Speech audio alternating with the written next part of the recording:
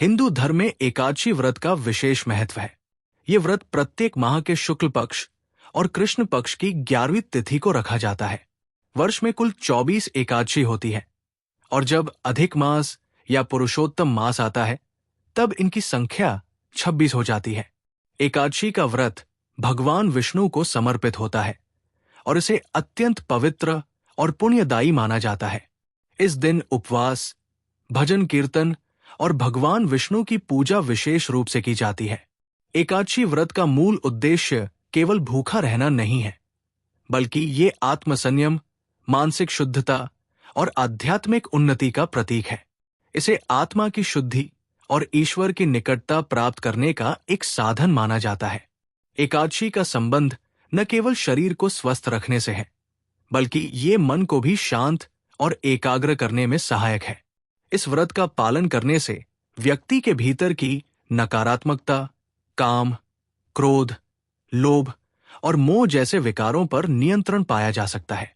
ऐसा माना जाता है कि एकादशी व्रत का पालन करने से समस्त पापों का नाश होता है और मोक्ष की प्राप्ति होती है। पौराणिक कथाओं में एकादशी व्रत की महिमा का वर्णन करते हुए अनेक प्रसंग मिलते हैं। श्री विष्णु स्वयं लक्ष्मी जी से कहते हैं कि जो भी श्रद्धा और भक्ति से एकादशी का व्रत करता है उसे मेरे लोक की प्राप्ति होती है। एकादशी व्रत में अन्न का सेवन निषिद्ध होता है, क्योंकि ये माना जाता है कि एकादशी के दिन अन्न में पाप प्रविष्ट हो जाते हैं। एकादशी का धार्मिक पक्ष जितना महत्वपूर्ण है, उसका वैज्ञानिक पक्ष भी उतना ही रोचक है। आधुनिक विज्ञान के अनुसार एकादशी के दिन चंद्रमा का प्रभाव मानव मन और शरीर पर विशेष रूप से पड़ता है। चंद्रमा का संबंध मन और जल तत्व से है और हमारे शरीर का लगभग 70% भाग जल से बना होता है। इसलिए एकादशी के दिन उपवास रखने से शरीर में जल तत्व संतुलित रहता है और मानसिक स्थिति भी स्थिर रहती है। ये एक प्रकार का डिटॉक्स भी है, जिससे शरीर की विषैली तत्व बाहर निकल जाते हैं। प्रत्येक एकादशी का एक विशेष नाम होता है और हर एकादशी की अपनी एक कथा और महत्व है, जैसे निर्जला एकादशी, वैकुंठ एकादशी, कामदा एकादशी, पद्मिनी एकादशी आदि। इन सभी एकादशियों की अपनी अपनी विशेषता होती है। उदाहरण के लिए निर्जला एकादशी का पालन यदि पूरी श्रद्धा और नियमों के साथ किया जाए तो उसका फल पूरे वर्ष की सभी एकादशियों के व्रत के बराबर माना जाता है।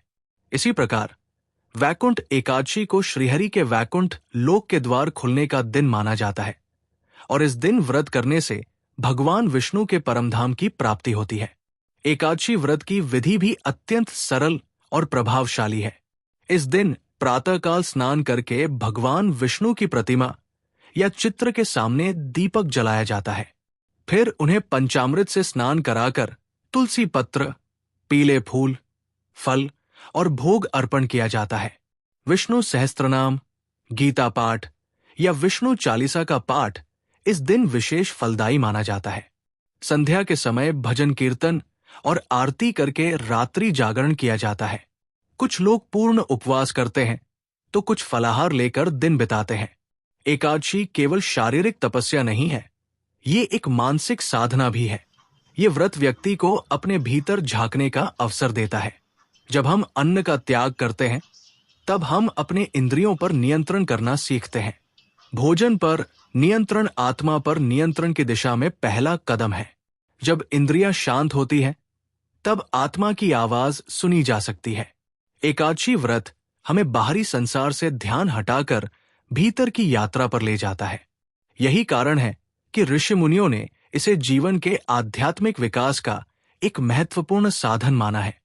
पौराणिक कथा के अनुसार एक समय मुर नामक एक राक्षस ने स्वर्गलोक में आतंक मचा दिया था।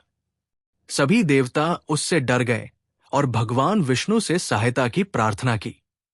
भगवान विष्णु ने मुर राक्षस से युद्ध किया और विश्राम करने के लिए एक गुफा में गए। उसी समय मुर ने उन पर हमला करना चाहा, लेकिन भगवान की शक्ति से एक देवी प्रकट हुई जिसने मुर का वध कर दिया। वो देवी एकादशी थी। भगवान विष्णु ने उसे आशीर्वाद दिया कि जो भी तुम्हारा व्रत करेगा उसे मोक्ष की प्राप्ति होगी और उसके समस्त पाप नष्ट हो जाएंगे। एकादशी व्रत को लेकर समाज में कई प्रकार की मान्यताएं और परंपराएं प्रचलित हैं।